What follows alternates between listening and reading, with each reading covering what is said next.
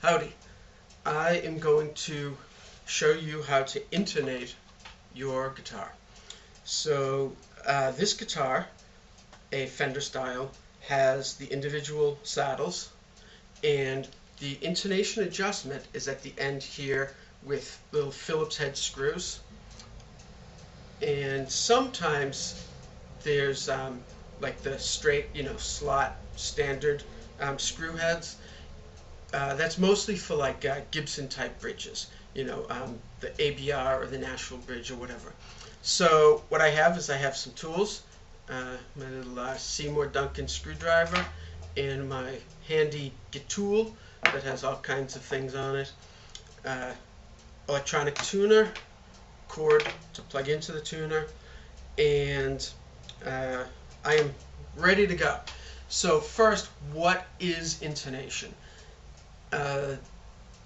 I've been teaching forever, and it shocks me that I have students that have no idea, just even the concept of it. It's basically just, how in tune you are. So when you play, you have everything you play, you want to be in tune. Okay, of course, like I always tell students, you can bend things out of tune. You can bend like a little quarter step or whatever, just enough to give it a certain feel, but you still want to be in complete control of the bends, So basically I tell students that if you play something, anything at all, okay, whether it sounded good or bad, that's really irrelevant. That's up to, interpretation. But if you play anything at all, good or bad, that you did on purpose, that you did very specifically, that you can repeat at will, then you're playing well. If you do something like, bend a note and you bend flat, and it's because of lack of knowledge, lack of technique, lack of skill, whatever, just something randomly, you bend, sometimes you hit the notes, sometimes you're flat, sometimes you're sharp. Cuckoo clock, of course.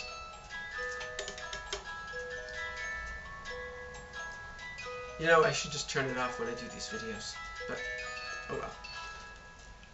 So, sometimes sharp, sometimes flat, sometimes spot on, You just don't have the control, then that's poor intonation, that's poor playing, that's poor technique. That's something that you need to work on. So anyway, intonation is being in tune. So a guitar is something that is inherently out of tune, I guess is the best way to word it. What we have is we have a string that vibrates from 2 points, okay, and that's what creates the sound. So if we just talk about the 2 points being the bridge and the nut of the guitar, the string vibrates, okay?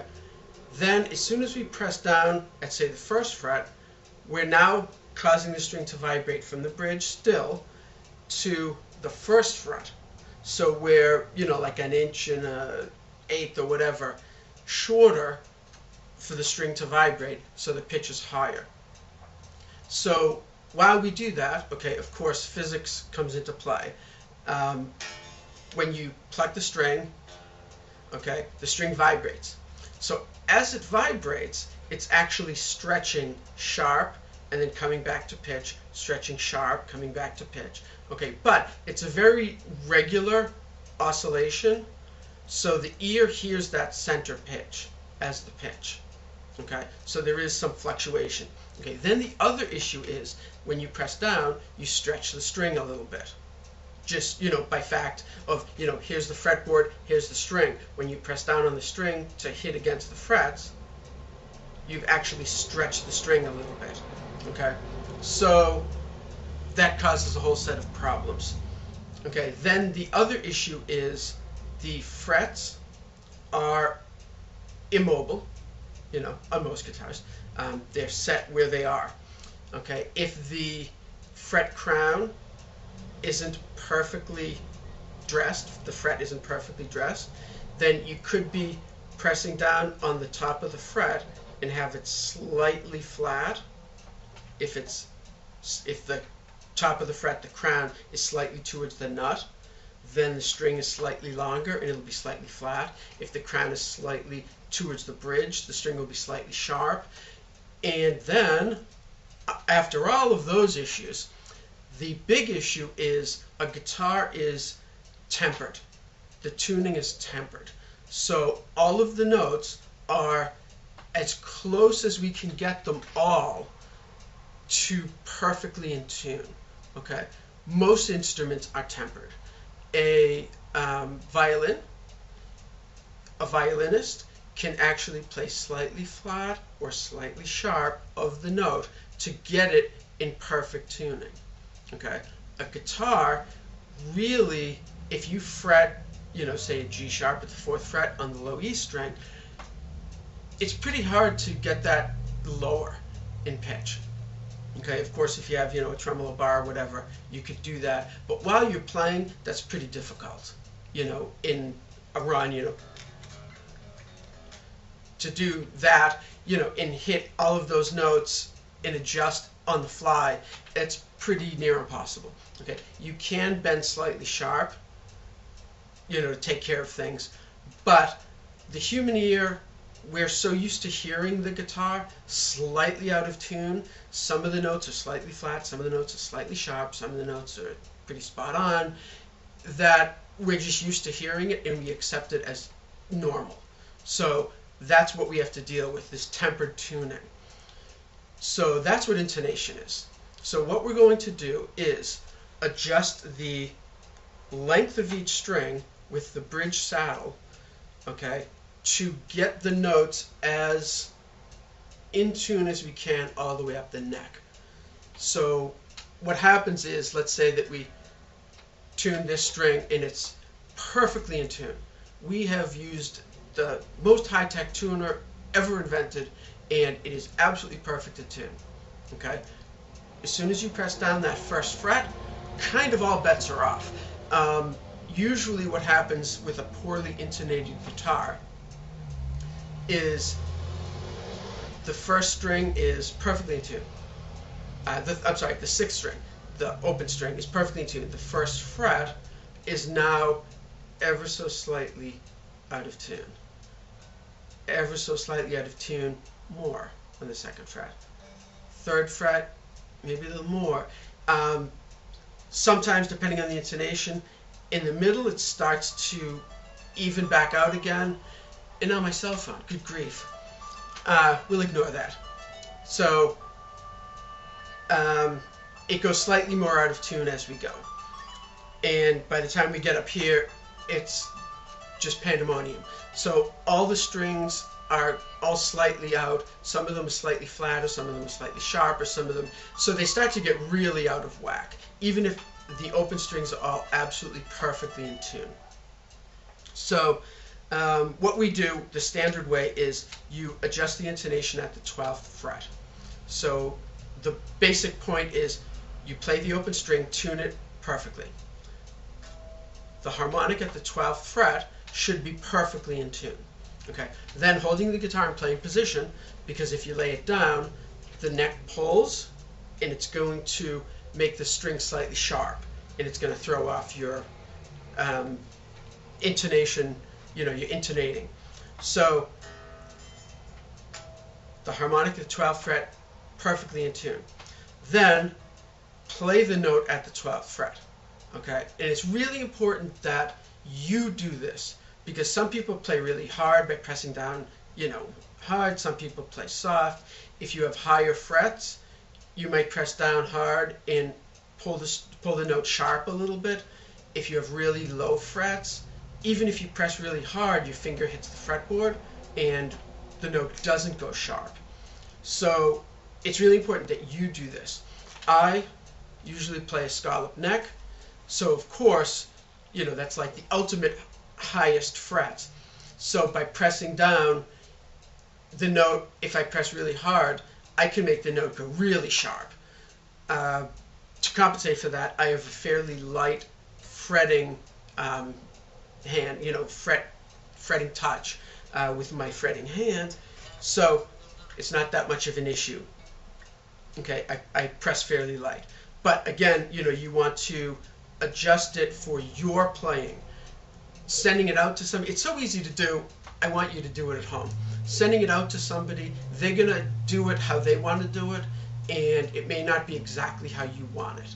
Okay, so the harmonic at the 12th fret with the note at the 12th fret should be perfectly in tune. It should be absolutely the exact same. That's where an electronic tuner comes in handy. Snarks, you know, a $13 snark or a $9.99 snark or whatever, they're great, but they're not precise enough for this sort of tuning. I have a tuner that I picked up, a Korg. I doubt they even make this anymore. I picked it up, 25 years ago at least, and it is really good. It's really very spot on. But then I use my ear for the final, you know, so I do everything with the tuner and have the harmonic and the fretted note at the 12th fret exactly in tune according to the tuner, and then I listen to it and make any slight adjustments that I feel are necessary. Okay, so some people, and this is a good idea if you're not sure that the nut on your guitar is cut properly and set up properly. Some people put a capo at the 1st fret and then tune the harmonic at the 13th with the fretted note at the 13th. That takes the height of the nut out of the equation.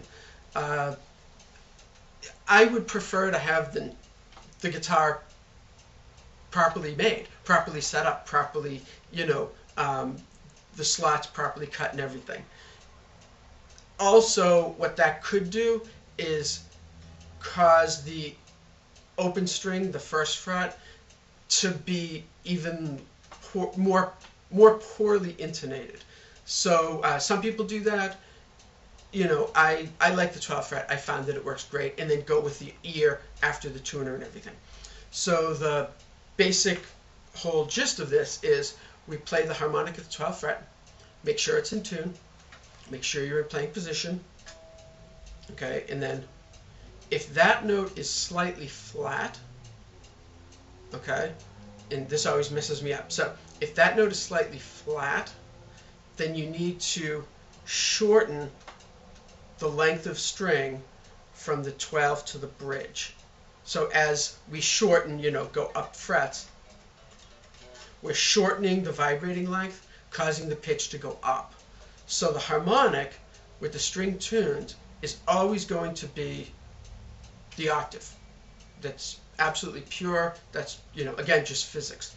Then when you press down at the 12th fret, if it's, like I said, flat, we need to shorten the string to make that fretted note higher in pitch.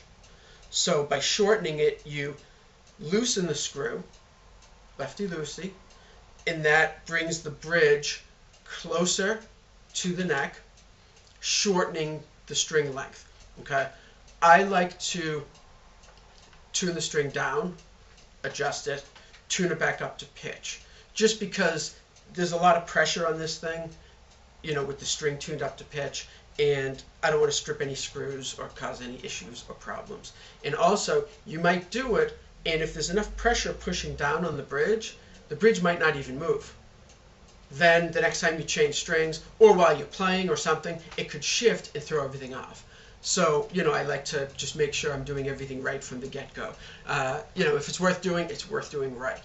So that's that.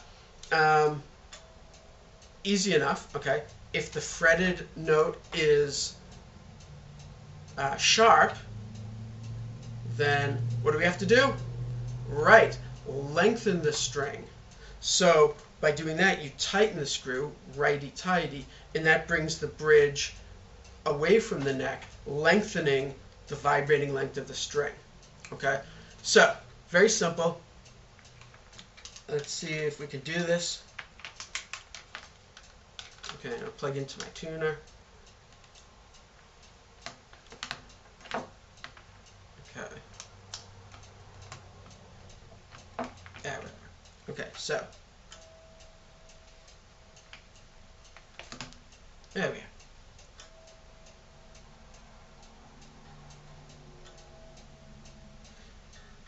Okay, so I have this exactly in tune. Okay, I've already tuned it up. Another important thing I totally forgot to mention, brand new strings.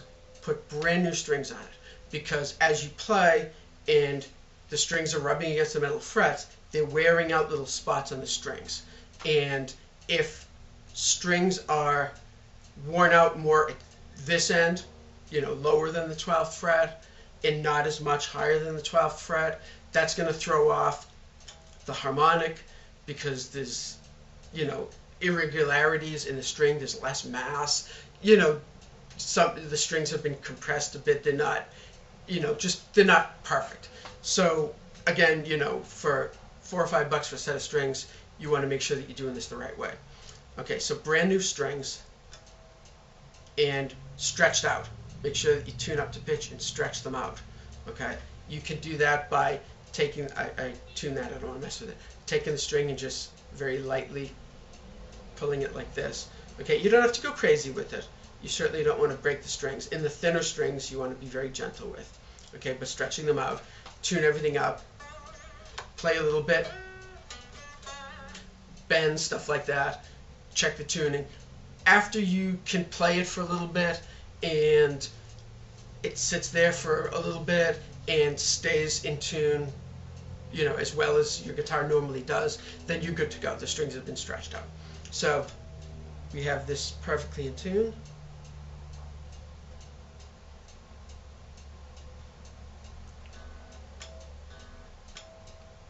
Okay. Okay, so my fretted note is slightly sharp. So I want to lengthen.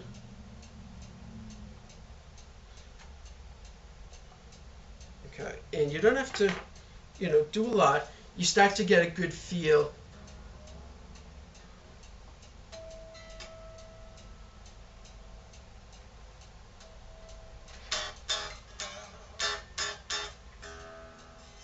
You start to get a good feel for how much you need to move it, depending on how off it is. Okay, so I don't know if you can hear the notes. You just take my word for it if you can't. But I have it through the tuner, so I don't have it plugged into an amp and stuff like that. Although I guess I could do a bypass out, whatever. I've had the tuner for like ever, and like a normal guy, like I never read the directions. I just plugged it in and tuned. So it has all these things. You can calibrate pitches and stuff like that, but whatever. I just use it. It works. Good to go.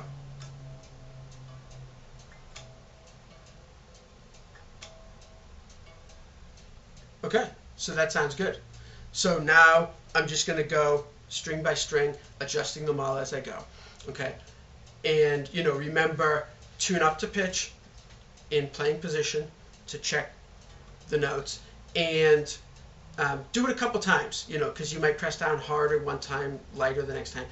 Get like a sort of general average of, how you're playing, how you're fretting the string, the note, and make sure that you loosen the string to adjust, and then tune it back up to pitch, and keep all the other strings tuned to pitch, because tuned up to pitch, it's pulling the neck, so that, if that's not there, then it will throw off your intonating and everything. So just string by string, adjusting them as you go.